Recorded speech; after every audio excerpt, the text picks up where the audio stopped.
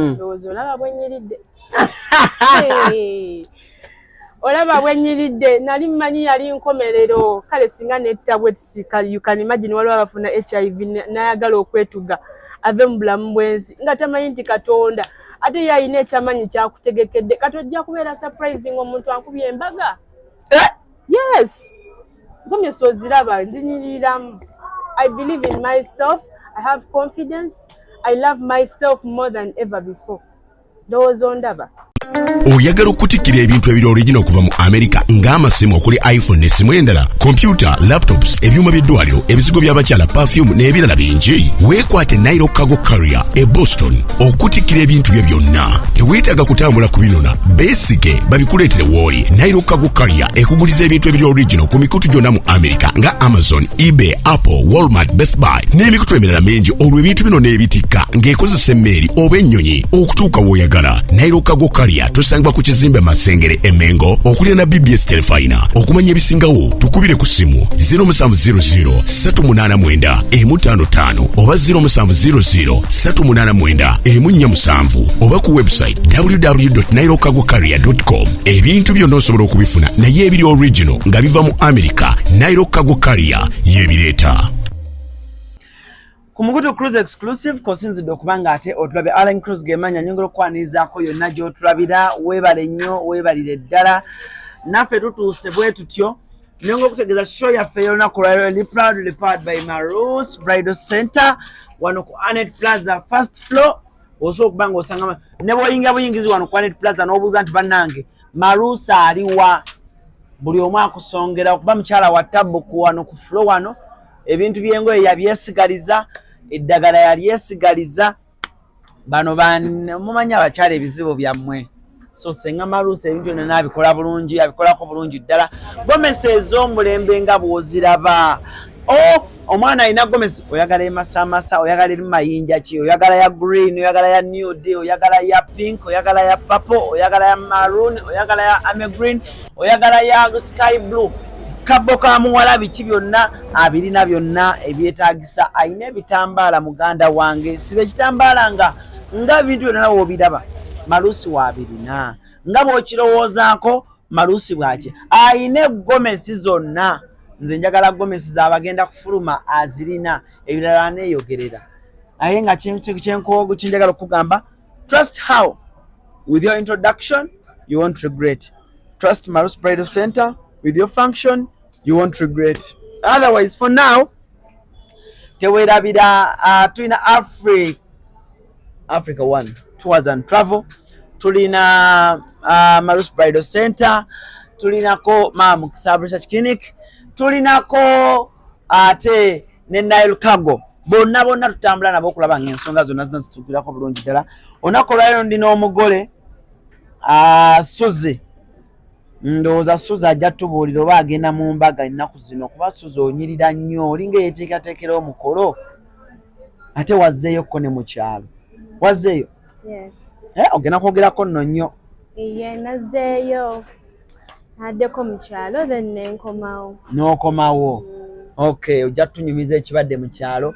Nina Marus Bridal Center, aba muyite Marus Bridals Kawoomera, senga Marus Kawoomera nabuka wali bulungi nnyo. Maru, buza kubatulaba.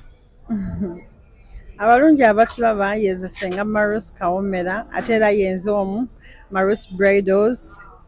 Bwayagadde mukwano gwange okunfuna oba okujja wendi ekizimbe bakiyita Anet Plaza, kyekisookera ddala Anet Plaza first floor F11. Tuli kumpi ne paaka enkadde era nga tulinawo ka offer kaffe nno kakyaliwo era abagula yadde bagira ddala. Kati ku budde buno tuliko $1,700,000. Yes, $1,700,000. Tukuwa engoye 3 ez'abagole, tukuteerako elegance 2 ne tukuteerako n'olumu omutali elegance, ne tukuwa engoye 3 eza metron ku ssente zeezo $1,700,000, ne tukuteerako n'ez'ababuuza set 3. Yes, ate sagala mwerabire, mulimu abakyala bangi muli eyo obufumbo bubalemeredde. Omwami watambulako ebbali n'asanga ng'aliyo ekyenjawulo ku mulala. Abakyala abasinga temwasika, muli beerere, mugenda ne mu malwaliro. Dr. Kukebe naga yono talina musengawe ono talina jjajjaawe nga yazika yabana nga bazika ava ku kyokuzika ekyo nakyo kirala mukwano gwange jangu tulina kisenge kafaako ekyamakakano nga mukalaba omukyala tukusikira ennaku yes tukusikira ennaku 5 ebigaga nga bivuddeyo ensonga ezo ng'ozikoze ekyoserezeza saagala odduke ku musawo muganda ogambe nti nze oba nalogebwa ndi mulungi mu maaso nze nera abasajja bantunako banjagala bakuwagala naye tewasika era omusajja kaanakebera nga tewasika agenda kwebakako omulundi ogwo adduke abakyala abasinga obungi temuwooma kino nkyogera mujja kubeeramu abajja nga bo bamanya ekizibu kyabwe matandika commenting ebitategeerekeka naye basajja bangi nze Alan ebiseera bino mukama mwebaza nnyo kuba nze Alan bandabira ku ggwe Bukedde TV computer ALLANCRUZ ono kyenyinza okubagamba kwe bamanyira nze Bukedde mpita Alan neŋŋenda n'ensomesa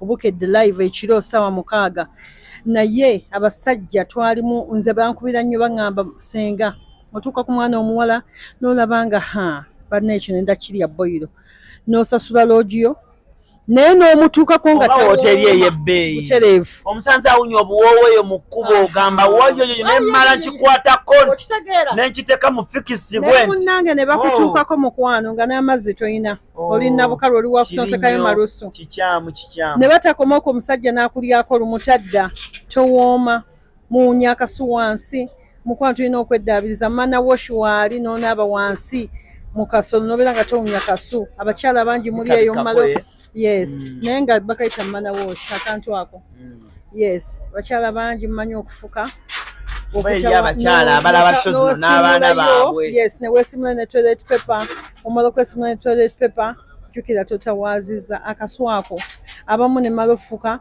musono ogenda mu mpale jjukira okola otambula akasu ako kaba kalina okukola ki okuwunya n'olwekyo tulina okubeera abayonjo abakyala ate munnanga abakyala abamu mwagala nnyo bbagwe ebbakuli tosaze byoya bikuva eno wansi paka eno sala wano kakaati wano wasigalewo katini eno yonna yonna salayo omusajja agenda okutuuka wansi ng'alina appetite ey'okuromansinga wansi naye oyagala okuromansinga wansi wenna osakaatidde olinanga mabira omusajja alina kuwenja buwenja okitegeera bannange obuyonjo kyekintu ekikulu ennyo abasajja baagala nnyo abakyala abayonjo era abasajja nze baŋŋamba nnyo senga kattiriza nnyo ku kintu ky'obuyonjo banna abakyala tubeere bayonjo wonoobeera omuyonjo emmere bajja gjettanira naye wonoobeera omukyafu emmere tebagenda gjettanira ojja kutuuka ogenda ku musawo agambe naye kiki lwaki omusajja akola bw'ati sooka weekebere kiki osooka odduka ku musawo bakulyeko ssente obuyonjo kintu kikulu nnyo w'ofumba ebintu nga birungi supu oyo nga si wa ddyalu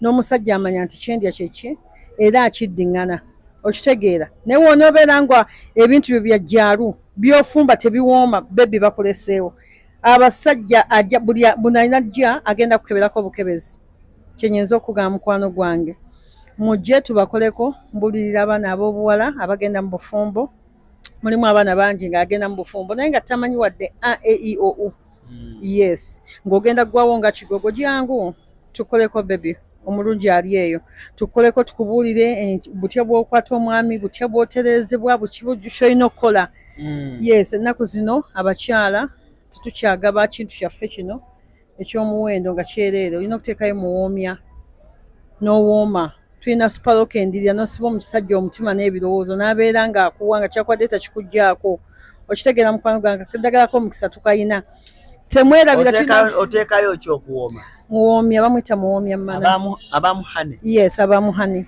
yes ate kati akola atya oyo awoomesa ekintu kino kyova nammwe mutwettanira kubanga ano gamba kyova ababettanira nammwe mutwettanira kuba oli musajja omuntu wa wansi ono laga abantu wano omuntu wa wansi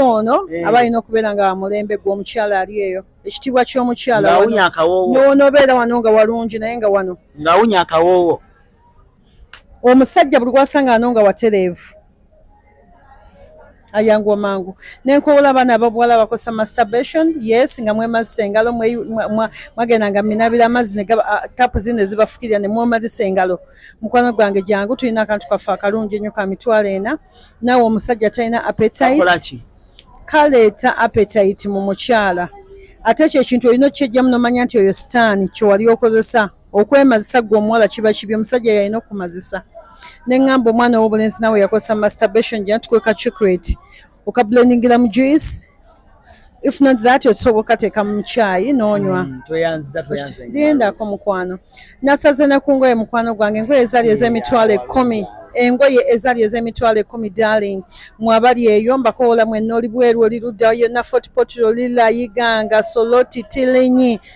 mwenna abali eyo wala engoye zabadde ez'emitwalo 10 twasaze za mitwalo 6 tuteekako ampesa n'omudalizo njukira kino mukwano gwange gwagenda okujja mu inbox yange njagala nnyo nze kennyini nze nakyambadde Marus gemanya gange Marus lyenkozesa ku Marus bridals ate era senga Marus era kuliko Marus sisobola kubba ssente zo ziba situuse ku muntu omutuufu sindika ssente kusindikira engoye olondeko sigala kusindika ngoye mukwano nga tosindise ssente embeera busy ennaku zino mulimu abajja okujja bw'oyagala ensindike olabe oŋŋambe nindaamu omwezi ogujja bambi saagala onyiigire sindika ssente tufune kyoyagala tweyanze ng'oye Marus Bridal Center akalanga abadde alina okakubira ddala nga kwegamba kanywerera ddala wekaba kadakika 2 naye nkiwa nti obamu nekyoyizeemu mu byayogedde ebirungi ebyo okuzaama mbadde nja kusaba Marus obudde buno nzikiriza Suzie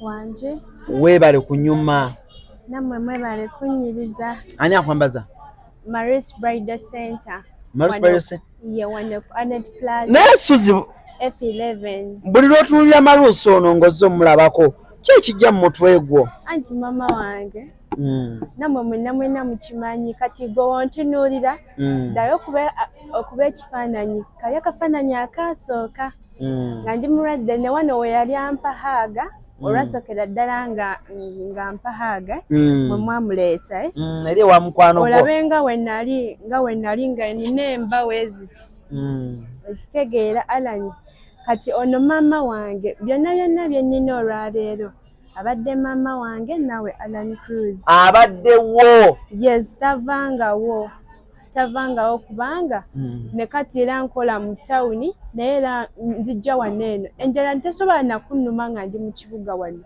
kubanga nina mama wange tanvangamu Marus webale onyiridde n'okunyirira olaba akuba muwala wo ali bulungi olanga ali bulungi kwa munnange nze njagala nnyo Susan ate bambi naye anjagala wadde yava ewaka era Susan si byakugira nti bya kamera wallahi buli wajja mu kibuga najja nambuuzaako era bwe yavudde e Kannungu ajja kugamba yazze nanneebaza n'okusibula yajja okulimba munno kibi yajja bambi yajja Suzie wagenze e Kannungu nagenze Kannungu nagenze Kannungu naye nakomyewo kale olwa lave yennyingi gye bandagayo e Kannungu ne ŋŋamba kangende neebaze Marus kale gwe Alan nkulaba ku Saturday wokka wensobola okusanga naye Marus ye mba nsobola omusanga bambi abantu b'e Kannungu bamanyi Marus bamanyi nawe ALLANCRUZ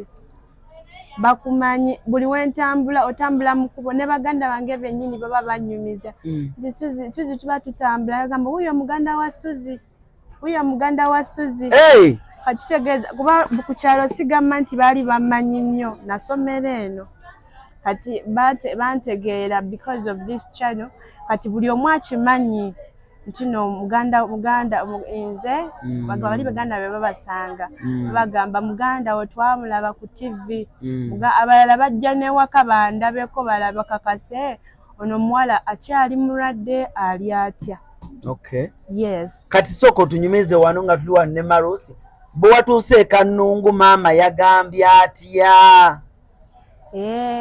bambi we natuuka e Kannungu daddi wange yali musanyufu nnyo nyini ddala era namulaga ekifaananyi naye namulaga ku TikTok maama nagamba bannayo n'omukazi nga mulungi waggulu ne munda taatawo yagamba atya ku Maru ni mulungi aju nanomunda ona ogwo mukazi mgeno tiyina kinkubasa kumuha. That is how he said. Obiwulidde Maru talina mbweno oyo mukazi takalina kyakamuwa talina kyayinza kusasulamu maama ekiyinza okulaba nga omwana we era kati ntegeera kyaliko kiringa omuntu okunyambira bujju n'amuyamba ng'agenda kufa ku ssaawa eri esembayo n'amuwa obulamu n'addawo kintu kya muwendo nnyo ku muntu amanyi kye bayita obulamu. Bonna bagambye nti Marusi bamuwa akagoba. Iye ate ye mama wange ye namumuwaako nayogerako naye mama Marus iwe nagenda ku ssimu iye ne mugaba bambi mama mwebaza ono omukazi yanzijanjaba anjagala tewali kye batamanyi Alan tewali. Mama yasiimye Marus. Basiimye era mama nze nkwebaza mukwana omanyi buli wenjogera ku ye mpulira n'amaziga gajja kujja naye ate siina kukaaba. But I love you so much, man. Suzie, buli oyogera ku Marus owulira muleri nga oyagala kaaba. Anti kati mweba Alan twakoma wali ku video zalinga video wabula the deeper inner pain I shared it with her. Kuba nabeeranga ewaka nga buli kimu akiraba. Nagamba gumamu bigenda kutereera. ALLANCRUZ kati njagala gwolabira ku bano video natandise zirabe z'abalwadde abaana abalwadde batandise ovayo Faith omulaba nga bwali omuntu yali omunene mulaba nga bwali kati HIV aluma oli wagamba aluma kati omuntu wakubeerako n'akuwa obulamu kati nawulidde Faith yafudde naye simanyi oba na bituufu naye kati nange point gye yaliko oyo omwana muwala nange gye naliko point nga bakusitula busituzi yali mwana wakati byatambula awo. Iye bansitulako nange waliwo obutimba obuvideo butambula mulaba abalwadde ba HIV bannaye ng'oli ku point esemba nga nawanika natuka n'okuwanika ne ngamba Uncle Fred atuddeyo nga tuli ku kagaali banvuga bwe bati ng'omulema Uncle Fred mpeddeyo tuddeyo eka nze nkyewulira ne mu mmotoka nga mugamba mama muvuge mangu nkoye ng'obagamba mu mmotoka nabagamba ge mazima wallahi nabagamba ng'owulira oba ofoofe iye nga nfa era nisimwe mwansitulanga nga munzija mu mmotoka temwandaba nali mu bulumi kusaawa yakakati nga mpuwa n'ebigere n'emikono nga bwe njagala.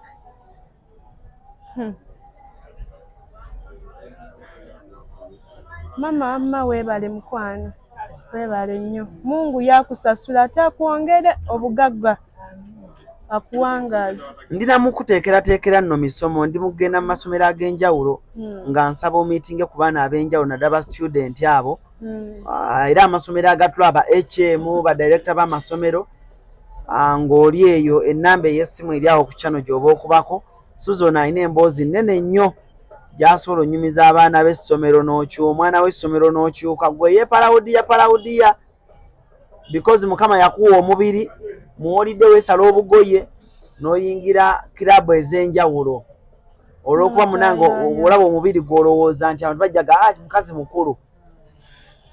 Eyo twaliyokko ALLANCRUZ twaliyo naffe twanyumirwako nga tusuubira nti you can actually get kati abaana bawala nze ennaku zino ensangi zino bwe mbalaba tafaayo nakwekebeza omuntu gwafunye tafaayo status ye eri etya ayingidde kuba ennaku zino Alan abasinga mu ddwaliro juzi wano mbadde ne Bujju nga tugenze mu ddwaliro ne Alan nasangayo abantu nga tebatambula abalwadde basirimu balabika bubi bannange nga yenna oli alemwa n'okumira eddagala nga yalitandika n'alireka kati ne lijja n'amaanyi akawuka ne kadda n'amaanyi ne limuleetako obugundi nze kyesaafuna ne bimuleka ebbala banaye Alan toyogera sirimu aluma kabula ennyonyi sirimu tumulina naffe naye tulwanirira bulamu kulaba nga tubeerawo naye nga si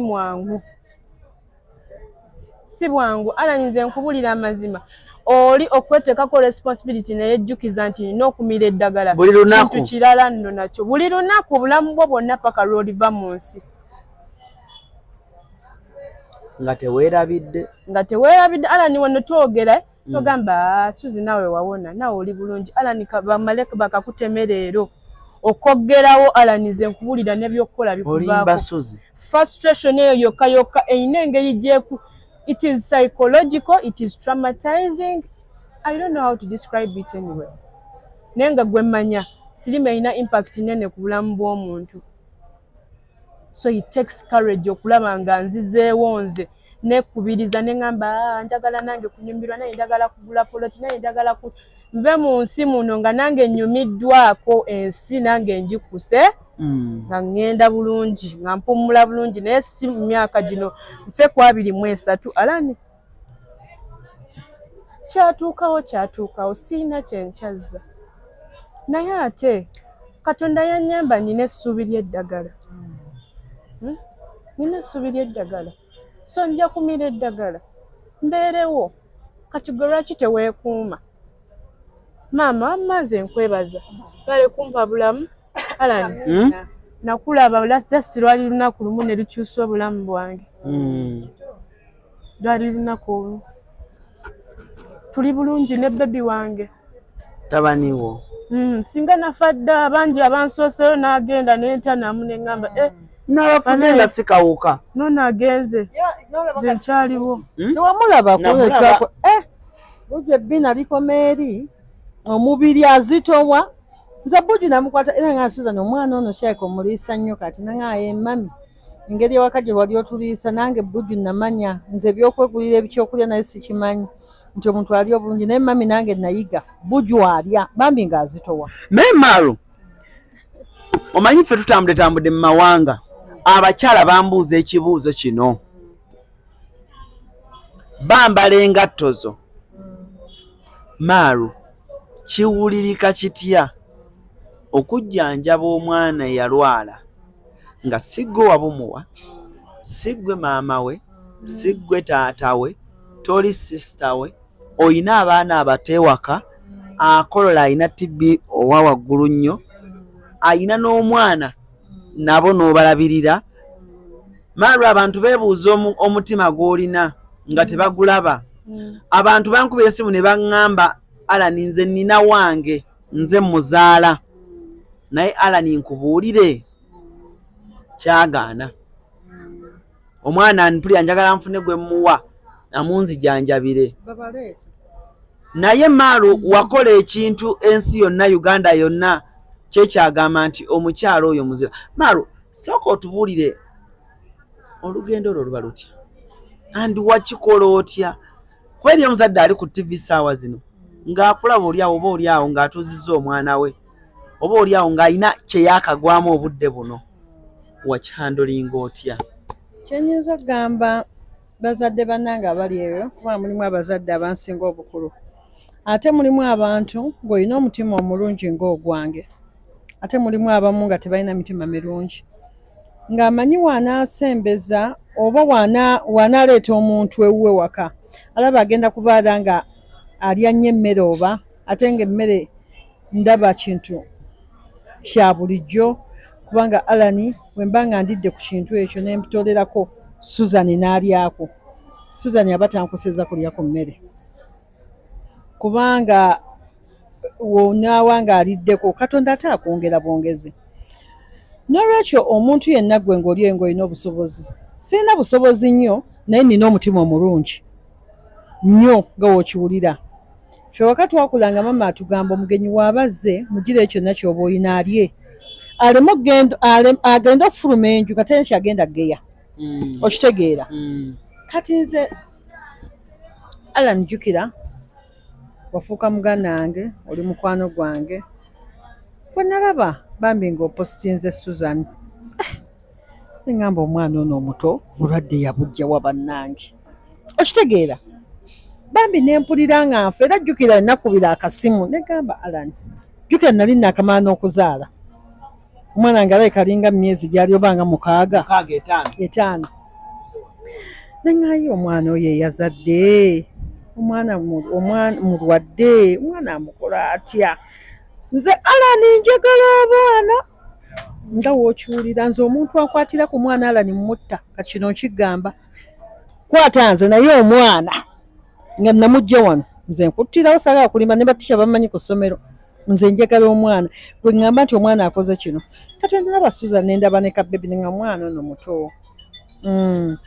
era nekubira gas Alan Susan oyo nja muyamba naye ze Alan nkugamba ebigambo bino kyali nze n'omwami wange saamubuuza sagala kulimba Maru tewabuuza mwami wo wadde n'akamu era olwamala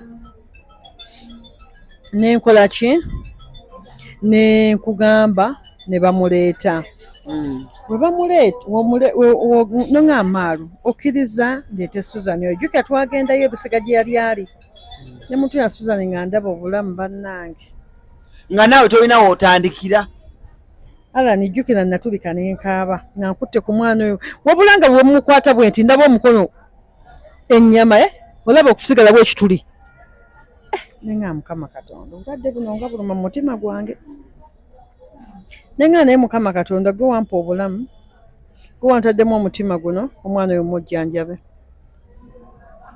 nze saabuuza mwami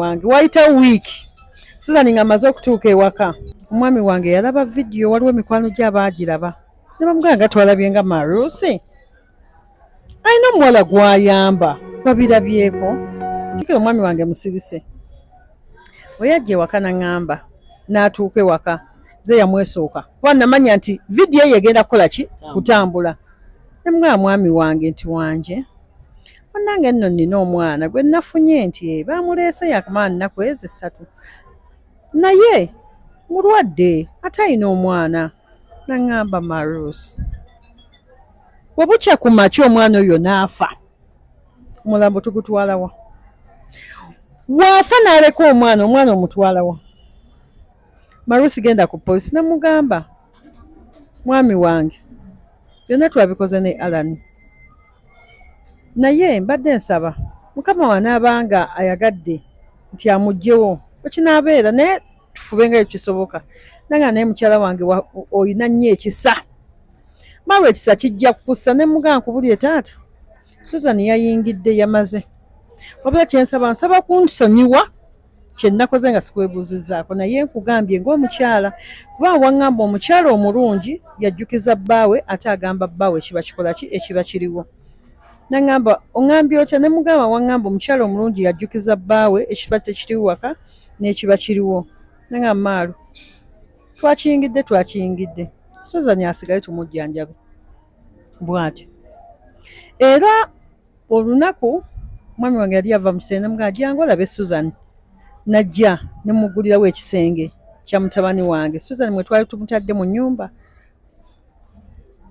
kuba teyamubuuzako kuba Susan yali asinda jjukira olwadde nga bumuluma nankwata bwati nanfulumya bwe naŋŋamba Maalu omwana oyo waanaafa nga muyi namugamba nkubulire taata kuba muyita taata oli muyita omulungi wange naŋŋamba namugamba tugenda mutwala mu ddwaliro Fred yafunye eddwaliro ku Lubowa naŋŋamba kale owa obuyinza musobozesa awone munnange nga tutandika kujjanjaba Susan nga terwali lugendo lwangu aya nze nga mmanyi okutunuulira Susan nentulika nenkaaba saagala kulimba waliwo omuwala wange bamuyita Shanira ng'omwana nga ayagala nnyo okumanya Susan kiki ekimuluma Nasuno omumanyi yagenda mugamba nti Susan kiki ekikuluma munnange nga ndaba anti Susan otaawa anti Susan kiki era Susan yatuuka nga takyagala Nasuna naye nga Nasuna buli lunaku alina okugenda ewa Susan amulambuleko ng'amanyi omutwalira amata jjukira Susan yali aganya okunywa amata ga mabisi ate nze amata ewaka tegaggwawo era okimanyi amata ayagala okunywa kasoda ayagala okunywa ku butunda ngambagamba mumuwe kyasaba mukole eki mumuwe anywe era nze nga mmanyi okera kumakyamaga wanne Susan mwamuteereddeyo payinti z'amata nti ye ng'ayagala nnyo n'akagaati ako akasiige bbulu bandi bateekako prestige ng'agira olumu magi ne bagamusiikira kuba era amagi gabeerawo naye we naggweeramu amaanyi Alan lunaku lumu tusitula Susan tugende mu ddwaliro ndaba akaaba nnyo muno nga mufuuse ekizibu Ng'ataba omwana ono ng'agenda kunfaako ne ngamba Fule jangu twale Susan tumutwale Lubowa yali yavuddeyo ng'ennaku 2 omwana yasinda nnyo muki wano era nzijukira nakubira essimu bannange tuba tufuluma enju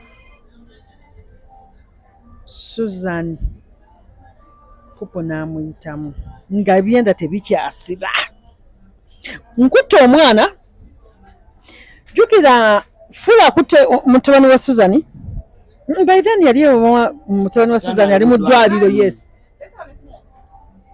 kati munnange era nagira bwe nti bannange Fula tugenda kukola tutya Susan olaba takyasiba Susan olumbe lumuluma tumutwale bamuteeke ku kitanda Fula n'angamba sente ogenda zijja ne mugamba obusente obunaabeera bwe nja okutandikirako kwe tunaayiiza byamuyitamu byonna ng'omumukutte yes awo nno weetaagawo maama wo sisitawo asobola okigumiikiriza ekyo Njijjukira twali ku kabalaza Ega okuyangamba amaanyi gampeddemu bambi nga naye takyatya kuba twali tumumanyidde already yes yali oba nga omwezi guweze gwali guweze namugaa Suzie nti wangi tambula mpola mpola neŋŋamba muganda wange sisita wange Safiina kwata ku Suzie mutwale manju mutooyi dduka mu kisenge kyange mu keesi yange mulimu empale empya ozireete yali muti nemugafunamu empale empya ozireete eza bbulaaka ngadduka Safiina mu kisenge ng'aleeta empale kati nkwate ku pampa eno ndabe oba emutuuka nga tekola ki temutuuka nga mugaa Suzie nga tuleeta amazzi nga Safiina amufukirira nga nange mufukirira nga mugamba sitama bulungi tisitama mpola ng'anaaba nga tukyusa olugoye nga tumuteekamu empale nga twanguwa mafuule amangu ago n'aleeta akadomola owulira alani Fule n'aleeta akadomola n'aleeta olweyo ne twerawo mangu kipupu ate ekyali ekirungi abaana baali bali ku ssomero bonna tebaaliwo bwali budde bwa kumakya ssanga 4 nga Fule akiriiningawo bulungi nnyo nga tuyiwawo ne jiiki nga tuteeka Suzie mu mmotoka nga tugamba Musaamu stopping nga twastopingira kajjansi nga tugula pampa kuba jjukira atandise okukola ki ebintu biri omuyitamu lwamala nga tutuuka nga tumwambaza pampa ng'abasawo bagamba mbeera si nnungi ani anaasasula biki batandise ne mbagamba bassebo nze agenda okusasula ssente ffe twagala bulamu mwagala ssente omunaaba musaba ssente ng'ate obulamu temunabbuwa muntu gwe tuleese kiba kitegeeza ki kati wenamala nenkomawo ne bamuwa ekitanda nalindwa ne bakuba essimu nnyabo gwe twagala gwe bagambye agenda okusasula ssente olira Alan jukira ssente zigenda ku bbujju ensambi amalayo emyezi 2 aliko okisigeni ssente zagenda mpitirivu tumanyi obaawo no batawona Susan naye ekizibu kyekimuwulyo tumututte ki mu ddwaliro e Lubowa ng'angenda bwali ng'angenda natuuka nga sayininga nyabo payment byonna biri ku billion byange soko tekoko deposit okumanya nti ki mulwadde ono gwagenda omusasulira deposit gwe twasooka okuteeka kwe wali wa mitwalo ameka 5 twekukubya neka Alan bintu bwe biti ne bwe biti kiri kitya nga amaali wekiba kyekizze tujja kweyiya tujja kwesonda nga ffe abantu kanyonyeeyo tugambe ne ku bantu naye nga omanyira eby'abantu onaasuubiza ono n'atakuwa era jjuka ennakubyako nega Alan tulina eddagala tugenda okugula batugambye emitwalo 7 nange nga kinkutte omusawo yaŋŋamba woba oyagala omwana ono ku budde buno olubuto luno lubeere nga lulimu engeri y'ekyokulya gula obudagala nga buli kaddagala tukagula emitwalo 3 mwegi era natuma mala oyo oba yefinka netugula obudagala obwo nojjukira yes nompereza ssente nange neteekako ssente netugula obudagala bumeka jjukira buli kaddagala ka mitwalo 3 mu emeka baŋŋamba ke kalimu ekiriisa ebanga mmere okitegeera kuba yali asesema addukana netubugula Alan omusawo naŋŋamba bwe bulamu bwe netubugula ne batandika obbumukuba negamba Alan nongamba maalo enda kujja mudwaliro era nojja n'olaba nogaha maalo naye Susan anaatera negamba ajja kutereera ku kacupa kano omusawo bwe yatugamba kuba omusawo yagamba wamma temulina ssente mugulenga amagi naye ajja kulwawo Namugalo gambye kinangamba mbate muina sente mugula amagi. Naye amagi ajja kukola ki? Kana katukoba ogula omubiri gusobole okudda. Nga tugula budagala alani, nga tugula nno budagala mukwano kyeka twagula obudagala bwaffe bwalinanga 6 oba 7. Mukama Katonda nesiba kujja Susan Koro waka Susan yali agenda kufa. Kuba Susan atuuka mu ddwaliro n'atandika okugamba ko Joy Fred, nze mundeke ndaba muganda wange wuuyo annonye yagenda okunzijanjaba. Uncle Fred ndaba abantu abeeru abaze. Susan yatandika okulombojja ebyo ebintu. Abantu abeeru. Kyali bwe kiti we natuuka mu ddwaliro nalaba ng'ennyonyi wemba neebase ndabanga nali seebaka mbuno tulo oweebase nga nze mbeera otulo tetujja wabula mbeeranga ebintu byemba ndaba ng'olaba obuuka ennyonyi tugenze mu Amerika. Ne ndaba muganda wange aze agambe bano bagende ffe nze ngenda kwejjanjabira. Ne ngamba muganda wange yazze Omunyarwanda yazze oli muganda wange yazze agenda kunzijanjaba ngambye agenda kunkolera Katonda saagala mmere yammwe. Bwe batyo nga ndaba tugenze mu Amerika ne ndaba n'ekirala kye nalaba Museveni ng'azze n'agamba balala bonna muveeyo muwala wange gwe ngenda okutwala ogenda mutwala Bulaaya akole ki? Era n'abasawo abamu paka kati baba bambuuza naye Suzie ojjukirayo wangamba ogenda Bulaaya. Iye musawo ani nemboga nze ngenda Bulaaya Museveni agenda kuntwala kati simanyi bali alinga ddagala but nali ndaba ebintu ebyenjawulo. Nengamba Uncle Fred kuba yasulawo nange mu ddwaliro nga yankuumye ekiro. Uncle Fred nno ng'abaddewo nnyo. Yasulanga mu ddwaliro. Yasulangawo wali mu kitanda nga ndi wano ekiro we ndagala ka baketi nga mugamba baketi nga ngenda sesema nga agireeta. Eyo nno gye bayita baketi abaana babagamba wano ntujja saba baketi. Ne kana akagundi ke banteekangamu akapiira ng'akajjamu omusulo nga gaba akataddemu nga Uncle Fred agujjamu. Kapiira kaluma. Oli mulenzi akola ku Susan. Ate naye si muganda we. Actually oyo gwayogerako Uncle Fred mwanyina wa Marus. Bagwenzirako. Susan n'obeera ng'olina akantu bwe kati okwatangana kwa Fred. Ekyo nkikusabidde wano mu vidiyo n'obeera ng'olina emitwalo egi okwatangako omutwalo. Kuba Fred yakubeererawo. Muntu ki n'aleka amaka ge agende mu ddwaliro asuleyo? Fred mufumbo. Nze emboozi ya Suzie era Suzie buli lwe mulabanga Marus Suzie ng'ali bulungi ng'emaanyi gange. Ye muntu gwe mpulira gwe ntulawo ne ŋŋamba Alani wali ozizzaako omuntu engulu. Era nze ŋŋamba abazadde abali eyo bwe kyatuuseeko ekyo ekintu ng'omwana wo bagambye nti mulwadde oba gwe kyatuukako edda oyo mwana wuwo ne waaba nga si wuwo fuba okufaayo abeera omulamu nga naye w'oyagala obulamu. Okitegeera? Yes. Oyinza okubeera eyo n'ogamba nti nze naamuyamba ntya n'akwata mu bbi yagenda kusinda sijja kwebaka mukwano ffenna tuyina gendawo mu ttaka wabula kyensaba muwe keya mubulire ebigambo ebimuzzaamu amaanyi ajja gafuna ebigambo ebizaamu omuntu amaanyi keya kintu kikulu nnyo ekyokulya. Okitegeera gwe abadde takimanyi engeri gye bakwatamu omulwadde oyo ow'obulwadde obwo obwa siriimu nze basobola okujja n'enkunyonnyola kuba nze gwe gwali omulundi gwange ogusooka Alani nze sijjanjabangako mulwadde wa bulwadde obwo sikirabangako kuba nze ne mama ge yaŋŋamba nti mwana wange yakulaba ati mwana wange Marus oli mukazi nkutidde okuva n'olwaleero. Hajati? Yes. Nze maama wo sikisobola.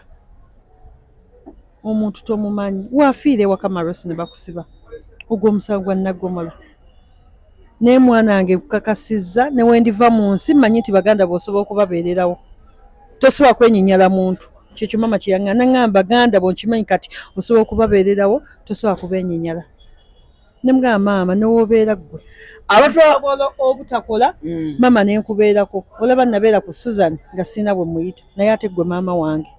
Abatulaba abalungi njagala obbabuulira naddala mu abaakalaba emboozi eno.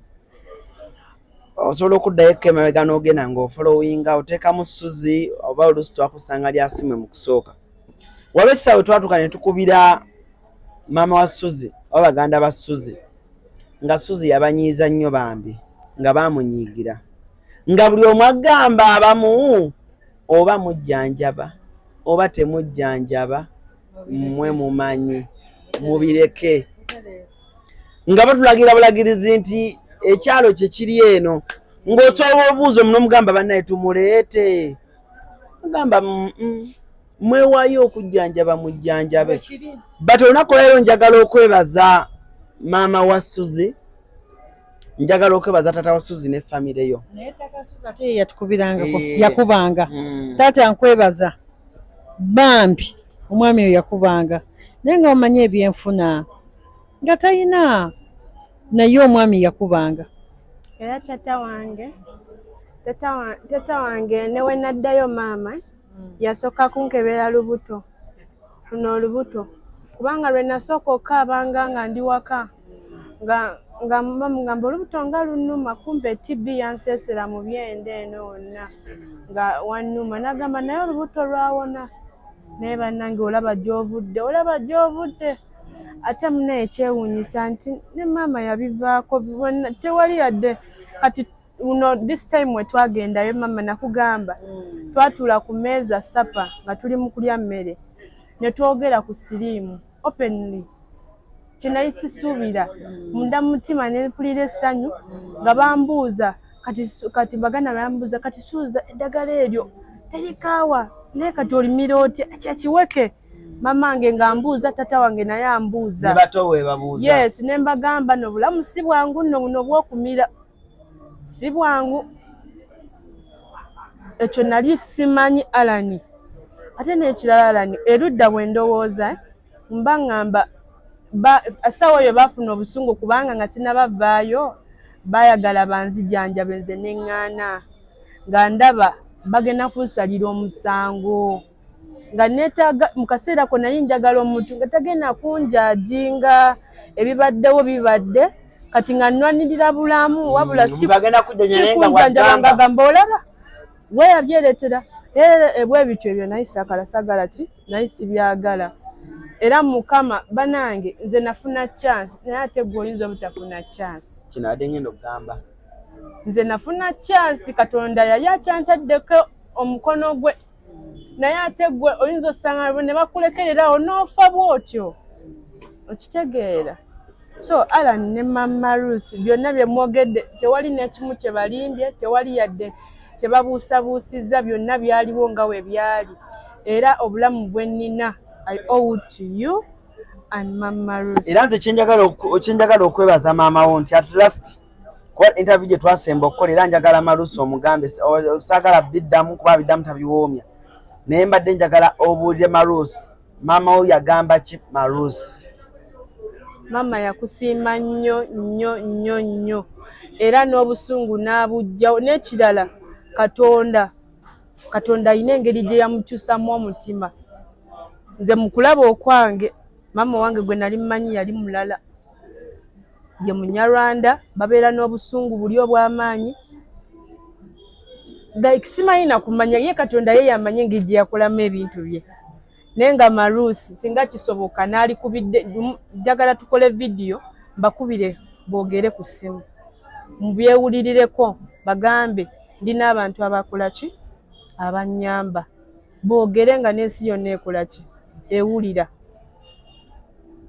kubanga baakwebaza maama Alani baakwebaza tata wange yagula smartphone kubanga gwe ALLANCRUZ olimba Suzie wanguza smart ogiraba anti mbere nga nkufollowinga saagala lugambo njagala nerabireko progressiyo leero bamusitudde nenkulaba nangamba tewali katambi kati yaŋŋamba n'akasembayo ke twakola nakulabye nga kaviri wakasibye ng'oli eri waggulu ku TV ku BBS nemmanya taata seba abeera ndaba nkitegeera that is happiness but what other joy do I need? Marus munyumizeeko wagenda ku kyaki? We nagenda ku kyaki ewa Pastor Tom mama bakumanyi batulaba batulaba wapasa Tom bamanyi Marusi bamumanyi wadde si mulokole naye ye bamumanyi obeera n'oli omukyala maama wo ab'ebweru banaye baliwo abakazi Allan kati kankubuulire olunaku lwe wankolako interview was the turning point of my life kuba byonna byenfunye abantu batugamba tuzunzazunza obuzindaalo bu YouTube bugenda buzunzazunza obuzindaalo naye nedda mulimu afunamu kati nze mmanyi nafunamu ate si bulamu bwokka nene kati n'omusingi gwendiriko gwenkolerako Allan sikyabulwa 10 titwabwera sina mitwalo 5 mu nsawo because of you ALLANCRUZ platform eno gyompadde n'oba otambula butambuzi ng'olunaku lwakusaza Allan oli agamba kwatayo kino ekyebiri Suzie wange kyokka nga abamu bakuba Allan nga yakalaba no vidiyo eyasooka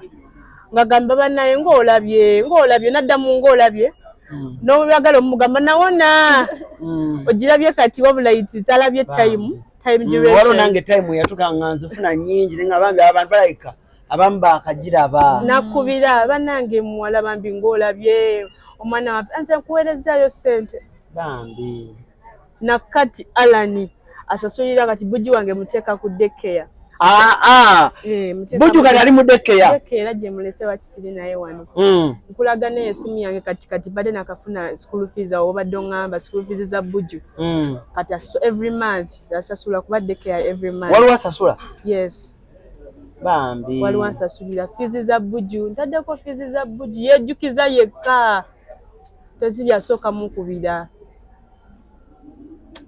ye taata wa buju gyali alika gyali andaba naye mukwano oba ondaba ndowooza olaba bwenyiridde olaba bwenyiridde nali mmanyi yali nkomerero kale singa netta bwetisika you can imagine waliwo abafuna HIV nayagala okwetuga ave mu bulamu bwensi nga tamanyi nti Katonda ate yalina ekyamanyi kyakutegekedde kati ojja kubeera surprising omuntu ankubye embaga yes nkomye sooziraba nzinyiriramu I believe in myself I have confidence I love myself more than ever before ndowooza ondaba bane Allan sirina nakyenyiza bagamba sirina bizibu naye nga yakuba ku ssimu n'akebera ku mwana yakuba kokko mu January ate okumanya alabika ategeera bulungi nze naye manyi oba tategeera ali eyo just naye ategeera sebo buji yali aweza omwaka n'akuba essimu mukuye nkwogeddeko yakuba essimu n'agamba ki n'akuba n'agamba omwana wange njagala mugamba happy birthday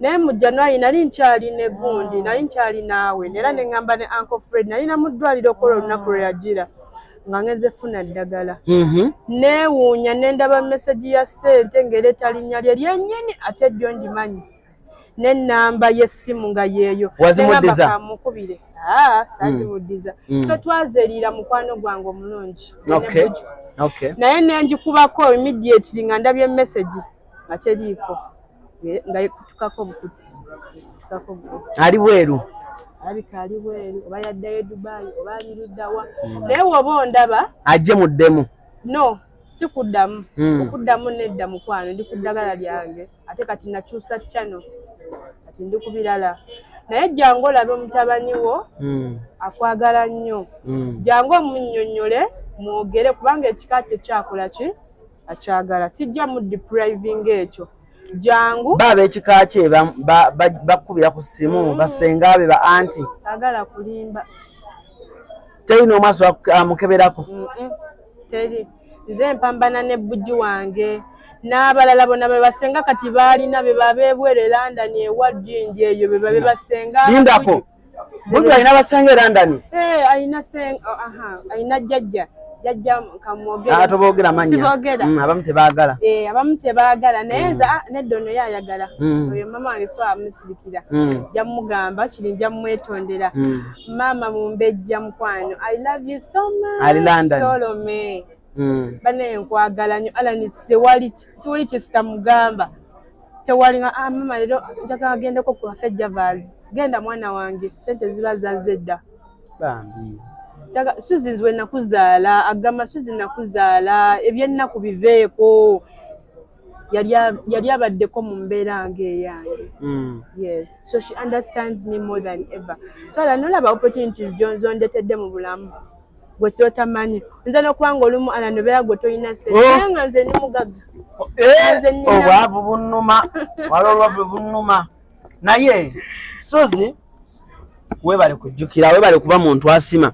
Omuntu omulala ayinza okugamba lwaki Suzie ono tumukomyawo nnyo wano. Nkomyawo Suzie ono lwa nsonga buli lukya ku channel okubaako abeeyongerako. Nkomawo Suzie ono lwa nsonga obawo ataalaba Suzie ono. Nkomyawo Suzie ono lwa nsonga waliwo abavubuka abakyepalawuda n'obulamu. Nkomawo Suzie lwa nsonga Suzie belongs to this channel.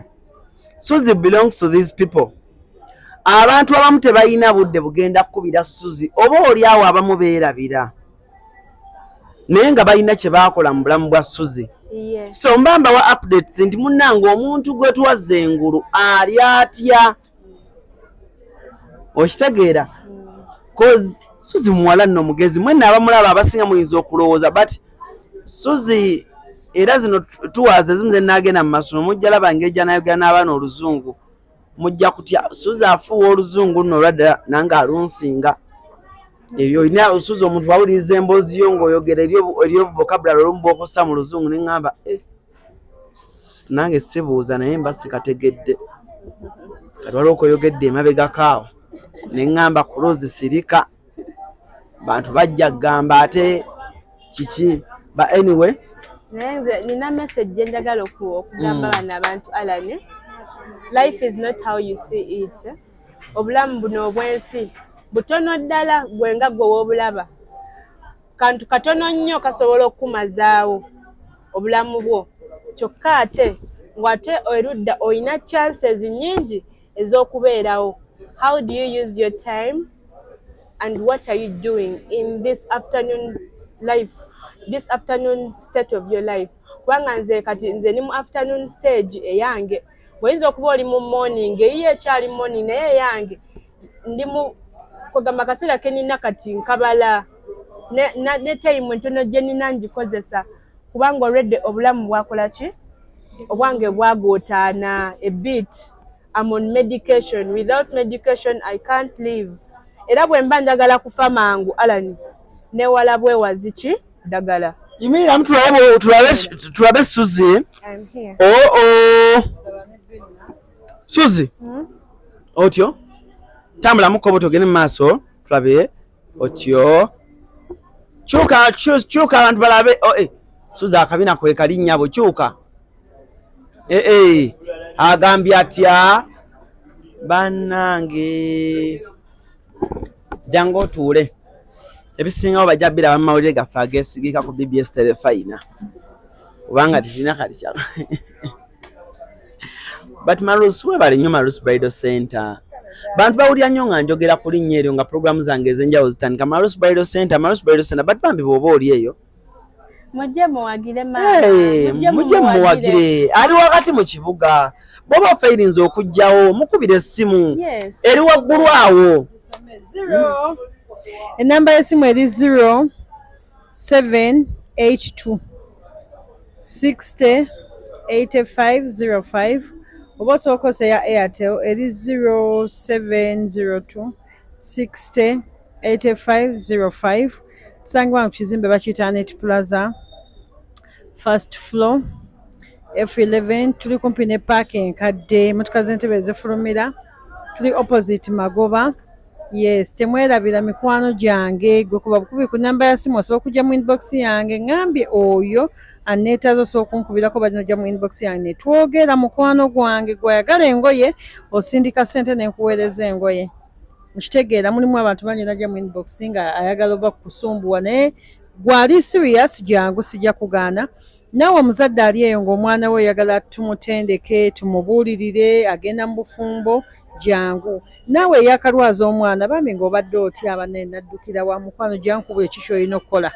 Totya oyo mwana wuwo. Totya agenda kuwona.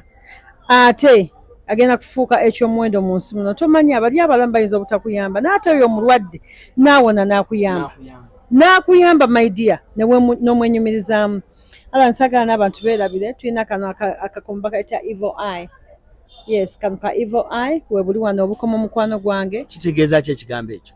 Evil eye kitegeeza amaaso amabi abantu agabakutunuulidde okitegeera. Kati omuntu gwali bano abantu abalina evil eye. Nsaagala confusing ab'obuuso. Kati njagala okinyonnyola obulungi Maru. Bakayita evil eye abantu ab'obuuso. Ala tulina abantu bangi. Ala nibayinza okulaba nga gundi yo page yo ekulaakulanye. Nagamba naye akaakaana akakayingira kati lwaki kannemesa lwaki kebagagala okitegeera. Ala ni omukisa ogugwo si gwe gwange ogwa Marus si gwe gugwo okitegeera. Mulimu oli n'abeera nga ye buli kaseera abeera mu byakuloga wetalina kunsinga akubisana. Kati akakomo kano gwe muganda nga ali akulaba atulaba oli muwala oli mulenzi oli musajja mukulu oli mukyala mukulu mukwano yambala kana akakomba bakayita evil eye. Yes kamitwale ena ogambe nti mudini mwosinza nsaba Mukama Katonda gwe yantonda ntaasa ab'oguuso ababi ntaasa omudibo ntaasa ebisiraani ntaasa ebyokoola ntaasa buli ddogo lya mukazi n'omusajja gwe mmanyi negwe sitamanyi. Mukama Katonda gwe wantonda n'oteeka mu nsi nze nakyambadde Marus njagala mpangula abalabe bange ne kana akakobo aka evil eye nga buli antunuulira tantunuulira bubi era tayiniwaddembo katwala n'okasabira mu ddiini yonna gy'osaba. Yes mu ddiini yo gy'osaba kaba ka mitwalo ena gyokka era abantu bakagula nnyo kuba ne kubukedde lunakalangako. Abantu ne babwettania kati bambi gwe abadde tannabakafuna osobola okujja n'okakola ki n'okafuna mitwalo gyegi ena. Tweyanza. Yes kale Suzie ebigambo bye bisemba then oluvannyuma otutwaleko otulage wookolera. Maru amanyiwo wala nnyo okuva wano si wala saidi ki eri waggulu nga ku hamu ng'otunula mu kisenyi. Kale Mali ebigambo bye bisemba tuve wano. Bamikwano abalungi nze mbalekera ekigambo kimu kyokka HIV aluma ate alumira ddala si bigambo naye mu buliwo abakirozezzaako bakirabye era n'ekirala mbagamba nti mbaagala nnyo era mbeebaliza ddala okubeera nga mutambudde wamu nange olugendo n'okutuusa wano eno nga ndi bulungi. ALLANCRUZ weebale nnyo mukwano. Sirina ssente nti oba nkuwa ezikwenkana naye Mungu ye akuwa ekyo ky'oyaayanira ku mutima gwo. Nze Mungu ampadde ebintu ebimu byampadde byankoledde ne ŋŋamba bambi osanga abinkolera ku lwa Suzie so I can't stop twafuka ba Luganda.